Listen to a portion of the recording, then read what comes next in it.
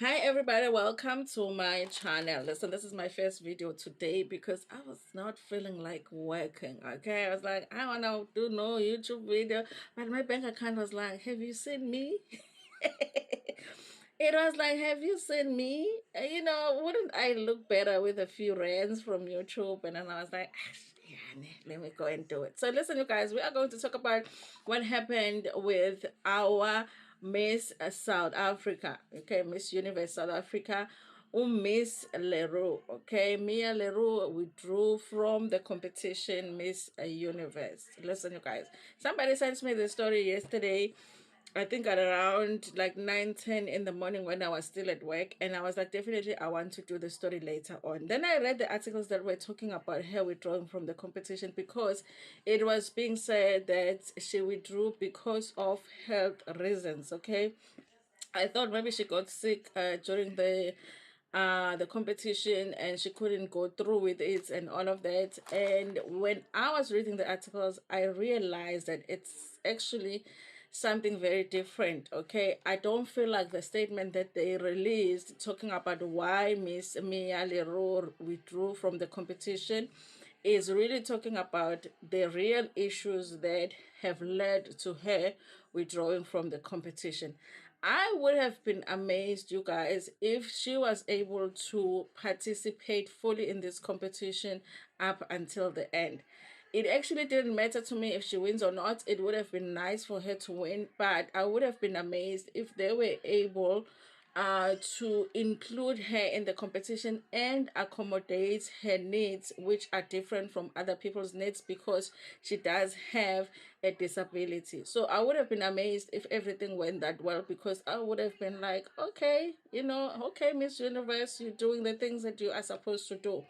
But with her withdrawing, I was like, what did we expect? I think that you guys, most of organizations and institutions, they always think that they are inclusive, but I feel like because they don't involve the people that are concerned with the issues of disabilities, they actually think that they are doing everything that they can to accommodate everybody, but they don't. Okay, and because I do have a child with a disability, I see that all the time.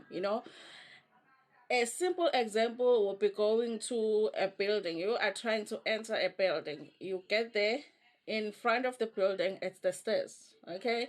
Then you are like, so how do I get in this building with my child on a wheelchair? And then they will point you over there. Okay. There is a wheelchair ramp over there. And then you're thinking, so you have made it easy for the people that can go up the stairs to go up the stairs. So you put the stairs right here in front of the building, and then you went and put the wheelchair ramp over there at the corner. Okay? How inclusive is that? Okay? And the other thing that I never understand is that in everybody can walk up the wheelchair ramp. The ramp they put for the wheelchair, even the person that doesn't use wheelchairs can walk up that. So why not just put ramps in all of the entrances instead of putting the stairs? Sometimes it's not necessary to have the stairs there. But people that do not have disabilities or are not having to deal with that issue every day, they don't think about that. They think just because they have that ramp over there, because I mean, how different is it for you to have to go there at the corner for you to enter a building? But we are including you.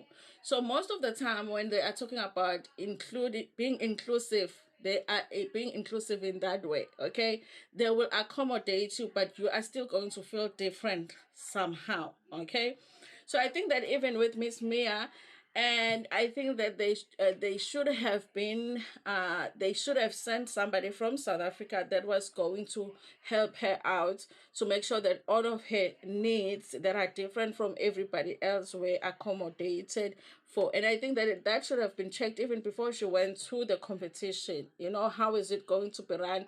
are they considerate of the fact that, in terms of her hearing the music, following the music, following the dances and all of that, are they aware what her needs are? Not only are the organizers supposed to be aware of the fact that she does have needs that are different from everybody else, but even the contestants that are there are supposed to understand it, because if you have somebody that have challenges with hearing, everything that goes on around them that is like sound and noises is going to affect them. So maybe people need to keep quiet at certain places so that she can understand what's going on. And if people that are, fellow contestants are in there with her, but they don't understand that we are here with somebody that requires us to behave a certain way so that she can feel like she is included, it doesn't work for her. Okay, so I did feel like I would have been amazed if she was able to go through the whole competition, because that would have meant that her needs were met, or she was able to cope with whatever it is that was going on.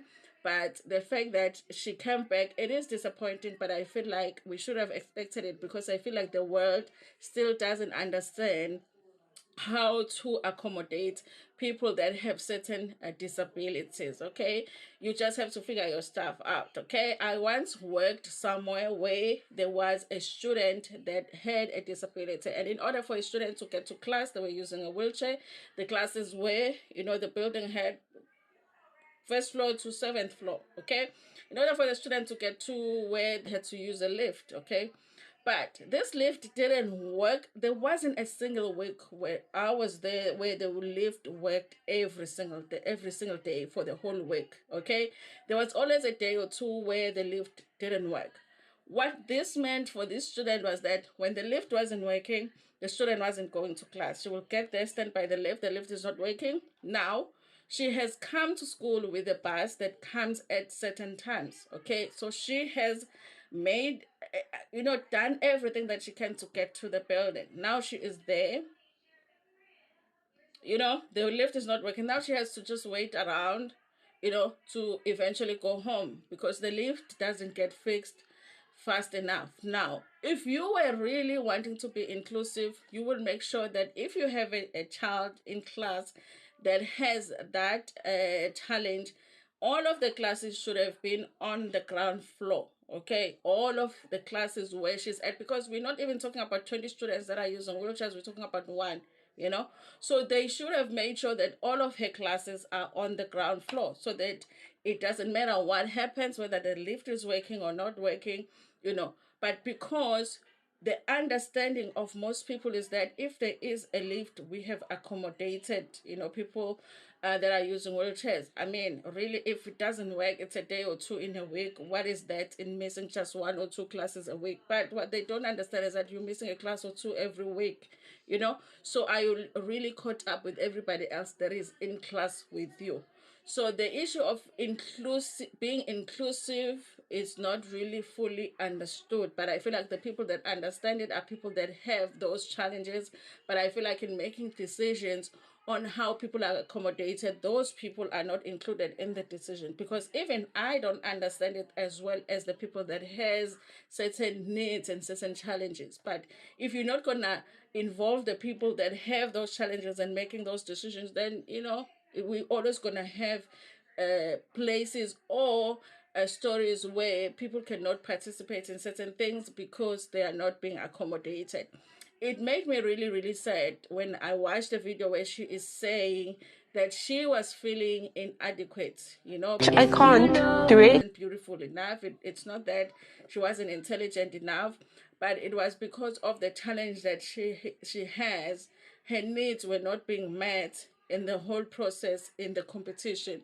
I cannot blame her for deciding, this is it, I'm coming back.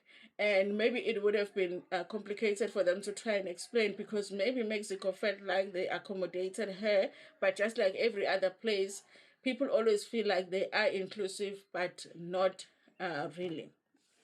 You guys, when it comes to the thing of being inclusive, even with kids, you guys, people always focus on the thing of when it comes to children, we need to have enough special schools in South Africa for children with disabilities. Okay, so you will have a school for the deaf, and then you will have a school for people with physical disabilities, and yeah, and in creating a special school, you are being exclusive, because what should happen really is every school in South Africa should have enough resources to accommodate all kinds of needs for all of the kids. You know, my child should be able to be registered in a school right next to me, and for her needs, she should be accommodated. Okay, if therapists need to be there at the school, they should be there at the school. That will be being inclusive. Okay, but the fact that I have to look for a special school for my child, and even when I'm looking for a special school, I can't just go to any special school. Each special school will tell you, we accommodate this and this and this kind of disability. We cannot have a child that cannot go to the bathroom on their own. A child has to be verbal for them to go to the school. Okay, so the option is to go to the private sector, which is extremely expensive. But if a government really wanted to be inclusive when it comes to children with disability, they would have schools, and they would accommodate everybody in those schools. A child that has a challenge with hearing should be able to go to a normal school, but there has to be resources that are provided for that child to be able to participate in everything that the other kids are participating in. So we do have a misunderstanding when it comes to what being inclusive is with people that have special needs. And I feel sad for Mia, because I feel like she's a beautiful lady, she's intelligent, she could have gone far in this competition, but I kind of understand it must have been a challenge. You are not at home, you know, and maybe she didn't even travel with her family to the competition. You constantly have to explain to people that I have this challenge, and because of the challenge that I have, or because of this need that I have, this is what I need. And maybe people are not too even keen to make sure that they support her. So what was she going to do? I do understand people that are saying she shouldn't have been sent to the competition because there was no way she was going to win anyways. Okay, but what do we say about people that have these challenges? What do we say about people that have disabilities then, if we say that she shouldn't have been sent, even though she qualified to be sent to the competition? She shouldn't have been sent because it was never going to work anyway. What are we saying about that? Are we saying that we are okay, people that have certain disabilities can only go this far? After this, you know, only people that don't have any kind of disabilities can participate in certain things. It's still, it just doesn't make sense, you guys. So listen, I've spoken a lot, okay, because it is one of those topics that I'm passionate about. But this is what the article from Drum says as far as her withdrawal is concerned. It says Miss South Africa Mia Le Roux has withdrawn from Miss Universe competition, the final of which is due to be held in Mexico City, Mexico on in Mexico City, Mexico on Saturday, the 16th of November 2024. In a statement from Mexico, the Miss South Africa organization says, it is with deep regrets that we share the news that Mia Le Roux, Miss South Africa 2024, has had to withdraw from Miss Universe competition due to health concerns.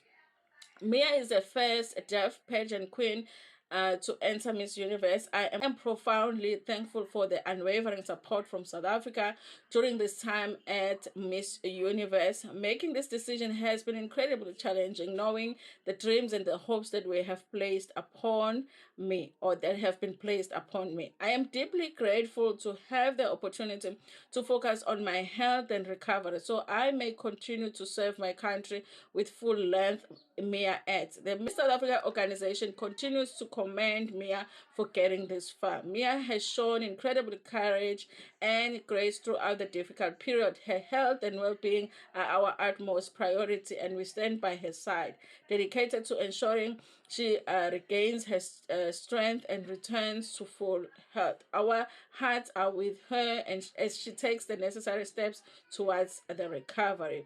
To respect Mia's privacy and give her the time she needs to make a full recovery. Neither the Miss South Africa organization nor Mia will be available to answer any questions. The Miss South Africa organization is with Mia in Mexico to support her during this difficult time and appreciates the concerns and well wishes shared by all South Africans. The health issues that they're talking about here, you guys, I haven't been able to really get any article that explains what those health issues are, but I deep down believe, you guys, that she withdrew from the competition because it just became too difficult for her to participate in the competition, because I do feel like she was not accommodated and she was not included in the way that helped her to thrive in the competition. But the fact that she has gone as far as she has, I feel like, listen, she did the best that she could, okay?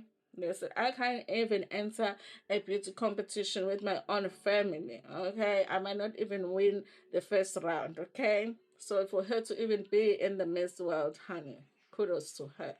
Anyway, you guys, I hope that everything that has happened with Mia is a lesson not only for our country but for the world. Okay, we do have people that have certain special needs in the world, and if we are going to say that we care about people and we care about what they need in order for them to live a life that everybody else lives and be included in everything that everybody else does, then we need to just pay a little bit more attention. Okay, maybe ask the person that you are trying to accommodate what they need, because only they know what they need. Okay, even when you have people that have similar disabilities, I always say that even though Siposetu has CP, I've met so many moms that have kids with CP, but I have never ever met any mom whose child had CP that presented exactly the same way that Siposetu's CP presents. So it's different for everybody. And I think that with every disability, it is like that. Everybody needs a different kind of support. And if you want to support a specific person, you have to make sure that you include them in the process of providing that support. If you don't, then we're always going to have cases like this where people feel that they are inadequate in certain spaces because they have not been supported the way that they should have been supported. It's really sad because it's like a world stage competition, but they just couldn't do it for me. Anyway, you guys, thank you so much for watching this video. Please tell me what you think about this in the comment section. Like the video before Pumagona, share it with your friends, with your family, and even with strangers in Tanda. Cool.